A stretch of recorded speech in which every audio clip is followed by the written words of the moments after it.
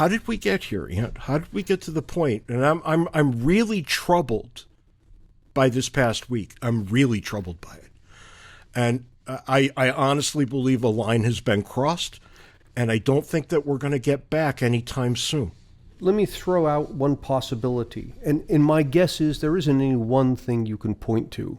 But if I were to point to the first time in my life that I saw something that, to my mind, directly is in the direct causal chain to what we've just seen, it was when I was in high school.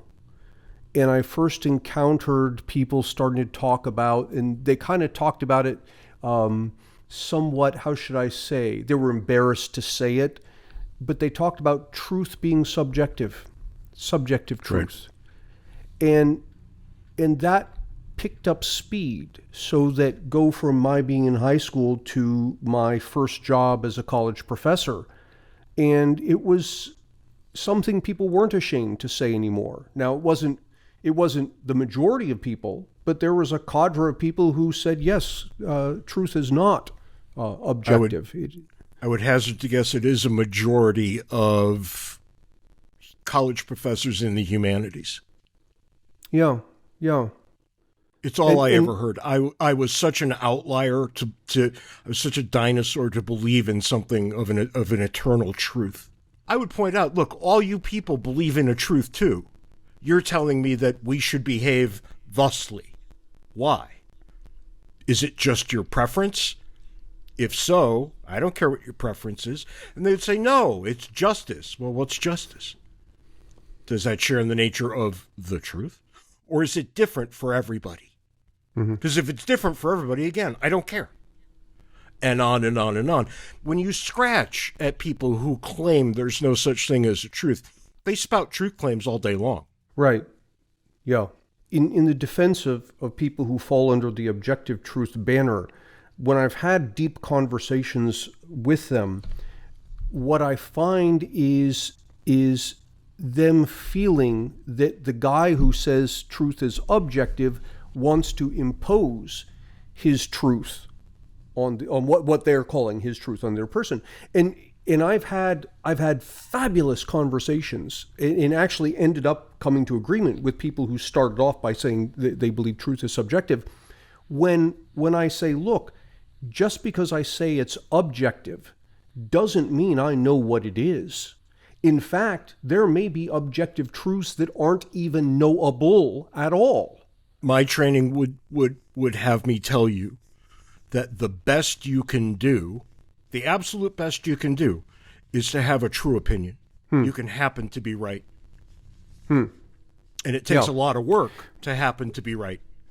And where you end up, in your case of the true opinion, or in my case of objective truth, and maybe it's not known or not knowable, the fact that it's objective means that we can iterate.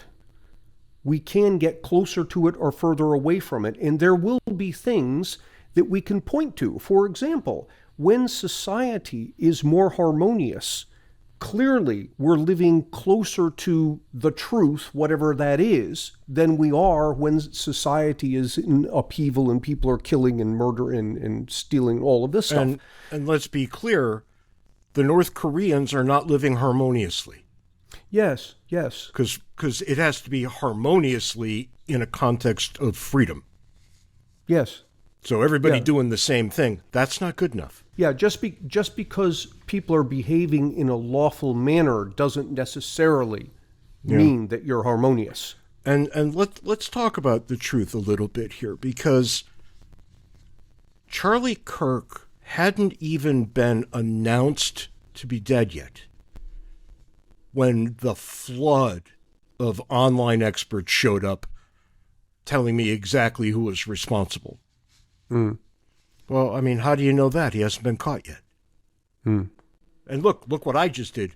Maybe it was she. Probably not a woman, because I understand what statistics look like. But it could have been. No, literally nobody knew. And yet everybody I heard that it was somebody from the crackpot left. and I heard it was somebody from the alt-right, whatever the hell that is. How do you know?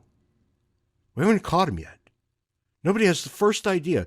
Oh, he scratched trans things into the bullet casings. Wouldn't that be a really good redirect? That literally tells you nothing until you catch the guy. And then you can backwards engineer what you found.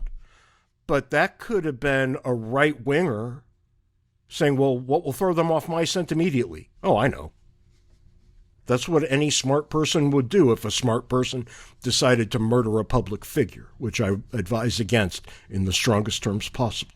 Dinesh D'Souza, and we really don't call out people by name here very often, but Dinesh D'Souza's behavior was like such a little troll, like the little troll that he is. And if he's listening, I dare you to come on and talk to me.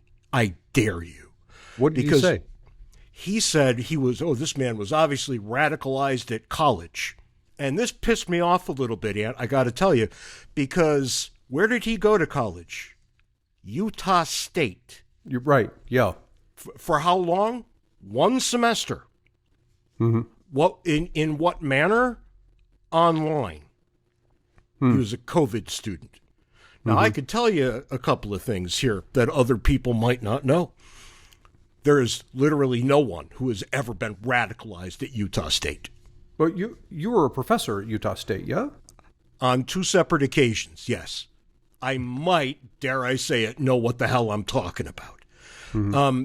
But more than that, Ant, he was there for 1 semester online. Whatever he became has nothing to do with his time at Utah State, nor do I think it has anything to do with the technical college that he went to thereafter. Mm-hmm. How do I know? Radicals tend not to teach at technical colleges. So, Dinesh, what the hell's wrong with you? Throwing gasoline on a fire. Oh, that's what gets you more attention. And what have we seen? People looking for attention. Mm-hmm. But at what cost? At the cost of our very civility. A terrible thing happened. And I saw instance after instance after instance of people blaming whoever they didn't like, and then instance after instance after instance of people celebrating. Neither of those two things is appropriate in a civilized society. Inappropriate, all the way around. And now, people on the right are going after everybody who celebrated, trying to get them all fired. So the very cancel culture that they preached against for years, correctly, cancel culture that was being applied to them from the left without question. You'd have to be an idiot to say it didn't happen. Now they're turning around and doing the same thing. Words and Numbers is a CiVL original podcast. We work with CiVL to advance their mission of upgrading civilization by exploring ideas that promote civic equality and cooperation. We believe the most pressing issues humans face, war, poverty, debt, tribalism, arise from coercive institutions that bring out the worst in us. We at CiVL look to voluntary solutions to these and other problems. We invite you to explore CiVL's new platform at CiVL.com. That's CiVL.com.